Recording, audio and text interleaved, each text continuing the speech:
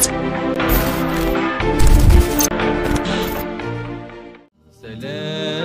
سلام كمسك الختام عليكم أحيبابنا يا كرام. سلام سلام كمسك الختام. Assalamualaikum warahmatullahi wabarakatuh. Alhamdulillahi rabbil alamin, wassalatu wassalamu ala asyrafil anbiya'i wal mursalin wa ala alihi wa sahbihi ajma'in. Alhamdulillah, syukur pada Allah Subhanahu wa taala, dengan rahmat serta keizinan daripada Allah Subhanahu wa taala dapat lagi kita meneruskan tazkirah kita pada bulan ini, dan insya-Allah tajuk yang kita akan kupas berkenaan dengan perkara yang menghijab hati. Bila kita sebut berkenaan dengan hati, ini adalah diri kita dengan Allah Subhanahu wa taala. Perbuatan-perbuatan yang kita lakukan, adakah ikhlas ataupun tidak, yang menghukum hanyalah Allah Subhanahu wa taala. Itu sebab apa? Bila sebut berkenaan dengan ikhlas itu tidak boleh dituturkan melalui lisan, tetapi ikhlas itu adalah rahsia seorang hamba-Nya dengan Allah Subhanahu wa taala. Baik. Oleh sebab itulah, apakah perkara-perkara yang boleh menghijab hati kita kepada Allah Subhanahu wa taala? Yang pertama adalah bab berkenaan dengan makanan. Bab berkenaan dengan makanan, khususnya makanan yang haram. Baik, kita lihat apa yang disebutkan oleh musannif pengarang kitab ini. Hati itu ditempa dengan apa yang dimakan. Makanan yang kita makan itu hendaklah kita lihat daripada mana sumbernya datang. Adakah ia halal maupun tidak? Itu sebab bila kita lihat sahabat Nabi SAW, Sa'ad bin Abi Waqqas radhiyallahu an, ketika dia hendak memasukkan makanan ke dalam mulutnya, dia akan tengok dulu makanan itu datangnya daripada sumber yang mana dan daripada mana keluar makanannya. Itu sebab di antara para sahabat, antara Sa'ad bin Abi Waqqas, antara sebab doanya sentiasa diperkenankan oleh Allah Subhanahu wa taala. Maka kita lihat firman Allah Subhanahu wa taala berkenaan dengan kewajipan mencari yang halal. A'udzubillahi minasyaitonirrajim. Wa kulu mimma razaqakumullahu halalan tayyiban wattaqullaha alladzi antum bihi mu'minun. Dan makanlah makanan yang halal lagi baik daripada apa yang Allah Subhanahu wa taala telah rezekikan kepadamu, dan bertakwalah kepada Allah yang kamu beriman kepadanya. Sudah jelas bahawasanya dalam firman Allah Subhanahu wa taala itu menyuruh kita mencari makanan yang halal, dan hukumnya adalah wajib di sisi syariat. Baik, kalau kita makan makanan yang haram dengan sedar, dengan sengaja, maka kita telah melakukan dosa dan hati kita akan menjadi gelap. Dan jikalau tidak sedar akan keharamannya, maka kita tidak berdosa, tetapi hati turut menjadi gelap. Atas dasar inilah Sayyidina Abu Bakar radhiyallahu an mengorek balik makanan yang dimakannya sehingga muntah setelah beliau mengetahui makanan yang dimakannya itu adalah syubhah. Inilah ketakwaan, kehebatan Abu Bakar As-Siddiq radhiyallahu an. Bila dia tahu makanan tersebut daripada sumber yang syubhah, maka dia korek balik untuk apa? Dia korek balik tekaknya untuk memuntahkan makanan tersebut. Sehingga Abu Bakar kata apa? Andai kata terpaksa nyawa aku menjadi korban, maka itu yang aku pilih. Sehingga sanggup, orang kata sampai nyawa pun melayang asalkan makanan yang haram tidak masuk dalam tubuh. Ini kehebatan ataupun kehebatan keimanan Abu Bakar As-Siddiq radhiyallahu an, yang dikatakan bila dikumpulkan iman seluruh dunia pada akhir zaman ini tidak akan dapat mencapai kehebatan iman Abu Bakar As-Siddiq radhiyallahu an. Tetapi kalau zaman kita sekarang ini macam mana pula? Maka kalau kita pernah makan yang haram, maka perkara yang harus kita lakukan adalah taubatan nasuha, taubat kepada Allah Subhanahu wa taala dengan sungguh-sungguh, dengan niat kita tidak akan kembali kepada perkara tersebut. Baik. Untuk menghalusi soal makanan yang haram menempa hati ini, kita perlu mengetahui beberapa hal. Yang pertama, jangan makan benda yang zatnya jelas haram. Ini kita tahu seperti arak dan makanan yang bercampur dengan arak ataupun daging yang tidak disembelih. Yang kedua, jangan makan makanan yang bernajis, sama ada najis dibuat daripada barang yang tidak halal ataupun kerana cara mencucinya tidak betul. Yang ketiga, jangan makan makanan yang dibeli dengan duit yang haram sekalipun makanan itu halal. Yang keempat, jangan kita makan makanan daripada usaha yang haram seperti hasil riba, pelacuran judi, ekor dan lain-lainnya. Ini yang harus kita halusi berkenaan soal makan, soal macam mana kita nak mendapatkan makanan ataupun rezeki kita tersebut. Baik. Kemudian Allah Subhanahu Wa Taala juga membenci tabiat memakan makanan yang halal tetapi berlebihan sehingga penuh perut. Wadah yang paling dibenci oleh Allah Subhanahu Wa Taala ialah perut yang penuh dengan makanan walaupun halal.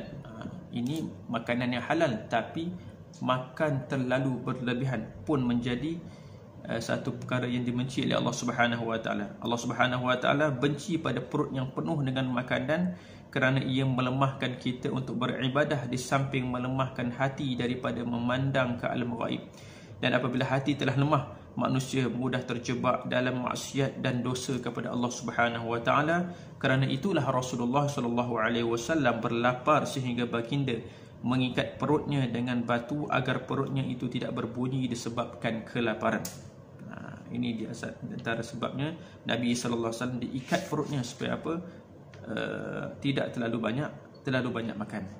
Baik, kemudian kita lihat bagaimana kaedah untuk mengurangkan makan.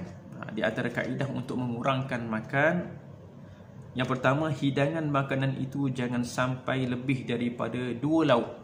Ini merupakan amalan Sayyidina Umar Al-Khattab radhiyallahu an kerana bila hidangan lauk banyak ia akan merangsang nafsu untuk makan lebih banyak. Yang kedua, makanan biarlah sederhana. Yang ketiga, jangan simpan berbagai-bagai makanan yang berlebihan di dalam rumah. Dan apabila ada sahaja makanan dalam rumah, maka ia akan membuatkan ingatan kita kuat kepada makanan. Yang keempat, amalkan puasa sunat Isnin dan juga Khamis. Inilah antara kaedah-kaedah bagaimana kita nak mengurangkan makan. Tujuan apa? Untuk kita membersihkan hati kita supaya hati kita kuat untuk melakukan amal ibadah kepada Allah Subhanahu Wa Taala. Baik, yang kedua, perkara yang menghijab hati kita adalah pandangan dan pendengaran. Pandangan dan juga pendengaran. Baik. Hati yang senantiasa menerima pandangan dan pendengaran yang haram dan mungkar ialah hati yang gelap, pekat dan buta daripada melihat keagungan Allah Subhanahu Wa Taala, dan hati itu tidak takut lagi pada Allah, malah hilang cinta rindunya kepada Allah Subhanahu Wa Taala. Firman Allah Subhanahu Wa Taala, inna khalaqnal insana min nutfatin amsyajin nabtali faj'alnahu sami'an basira.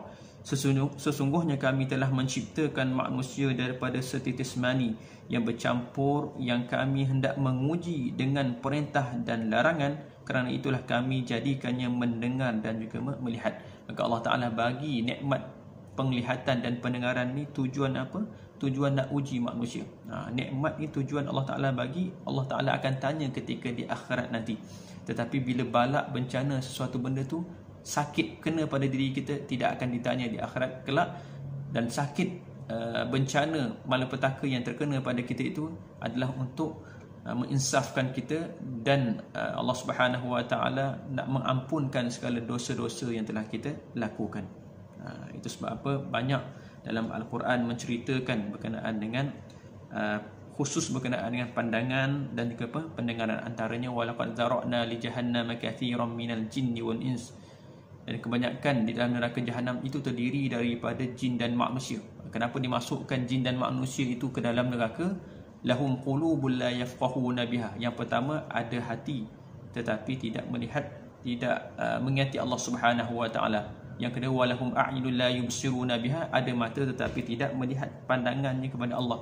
Yang ketiga, walahum adhanul la yasma'una biha, ada telinga tetapi tidak mahu menggunakan pendengaran itu kepada perkara-perkara nasihat, perkara-perkara yang menguatkan keimanannya kepada Allah Subhanahu Wa Taala. Lalu Allah Taala kategorikan orang yang ada nikmat, diberikan nikmat tetapi tidak digunakan pada jalan Allah Subhanahu Wa Taala seperti binatang ternakan. Ulaika kal an'am bal hum adall.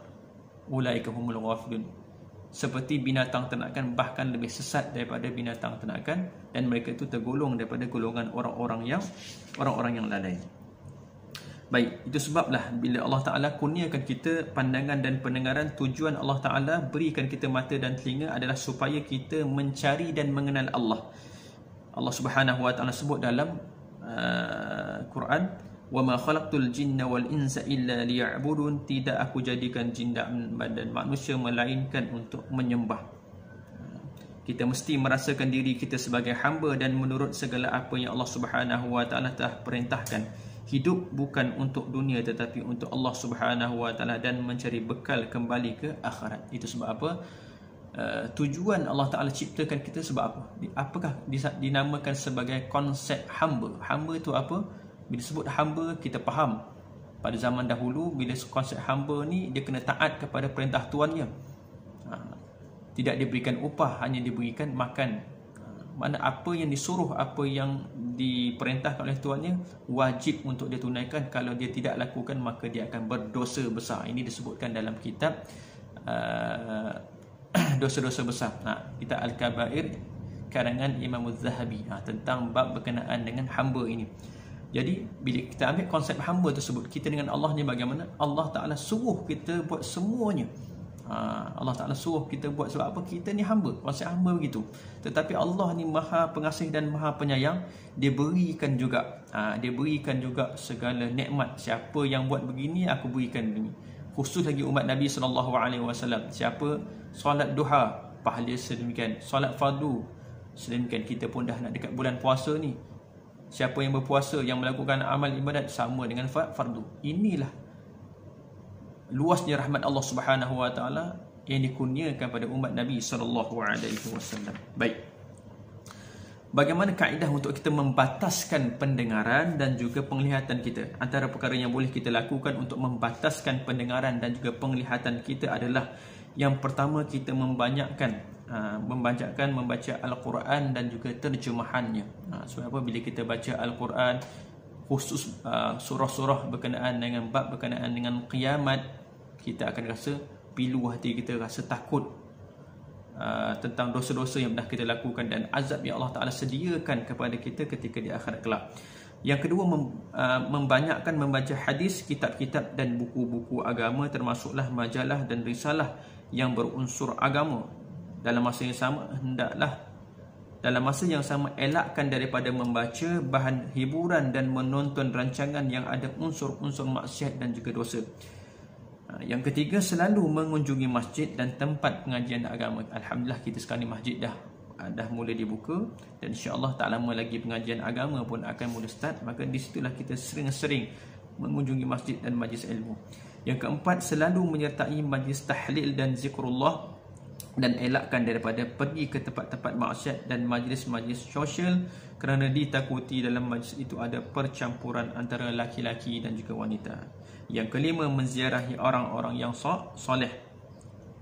Yang keenam, ingat kepada mati, kerana dengan mengingatkan mati itu akan melembutkan hati kita. Mana contoh kalau ada jenazah, kita solatkan jenazah, kemudian kita pergi ke kubur untuk apa? Untuk mengambil. Bila kita lihat kuburan, akan menyedarkan, menginsafkan kita dosa-dosa yang telah kita lakukan. Yang ketujuh, mengelakkan daripada menonton program televisyen yang berunsur maksiat dan juga mungkar. Baik, itu di antara dua perkara berkenaan dengan perkara-perkara yang menghijabkan hati. Yang terakhir adalah perkara yang menghijabkan hati adalah panjang angan-angan. Panjang angan-angan disebutkan dalam hadis Nabi sallallahu alaihi wasallam, "Idza asbahta fala tantaziril masa' wa idza amsayta fala tantaziril sabah wa khudh min hayatik limautik wa min sihhatika limaradik." Jikalau engkau berada pada waktu pagi, dan janganlah engkau menunggu-nunggu datangnya pada waktu petang. Dan jikalau engkau pada waktu petang, dan janganlah pula engkau menunggu-nunggu pada waktu pagi. Ambillah manfaat sewaktu hidupmu ini untuk bekal kematianmu, dan sewaktu engkau masih sihat untuk bekal sakit-sakitmu. Daripada sini kita dapat fahami bahawa panjang angan-angan ini akan membuatkan kita leka dan lalai dengan kehidupan dunia dan melupakan kematian yang akan tiba. Disebabkan panjang angan-angan untuk mendapatkan segala macam kekayaan dan kesenangan hidup, kita akan merasakan kita akan hidup lebih lama lagi. Dan ingatlah, mati itu datang sekelip mata dan tidak akan lewat walaupun sesaat. Waktu dalam jangan kita bercita-cita nanti aku dah kaya barulah nak sedekah, barulah nak berzakat, contohnya. Tidak. Ketika kita nak melakukan kebaikan, terus melakukan kebaikan. Sebab apa? Kita tidak tahu adakah kesempatan, ada waktu yang lain untuk kita melakukan amal kebajikan kepada Allah ataupun tidak. Sebab apa? Mati itu kita tidak tahu bila. Allah Subhanahu wa taala sebut dalam Quran, yunadunahum alam nakum ma'akum qalu bala walakinnakum fatantum anfusakum wa tarabbastum wartabtum wa gharattumul amani hatta jaa amrullahi wa gharrakum billahil gharur. Orang yang diseru, orang yang luar itu menjeru, bukankah kami dahulu bersama kamu?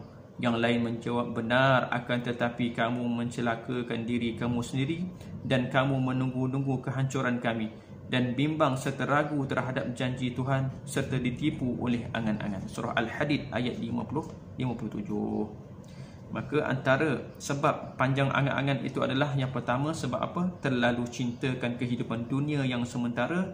Yang kedua, kejahilan diri yang tidak menyangka bahawa kematian itu boleh datang pada bila-bila masa. Yang ketiga, tidak membuat perbandingan antara kehidupan dunia dan juga akhirat. InsyaAllah itulah 3 perkara yang menghijab hati, dan kita doakanlah mudah-mudahan kita jauh daripada 3 perkara tersebut. 3 perkara tersebut, apa yang kita dengar ini dapat menjadi satu sempadan bagi diri kita dalam kehidupan kita mencari keredaan Allah Subhanahu wa taala. Jadi cukup sekadar itu sahaja tazkirah kita pada kali ini. Aku qauli hadza wa astaghfirullahal azim li wa lakum. Wassalamualaikum warahmatullahi wabarakatuh.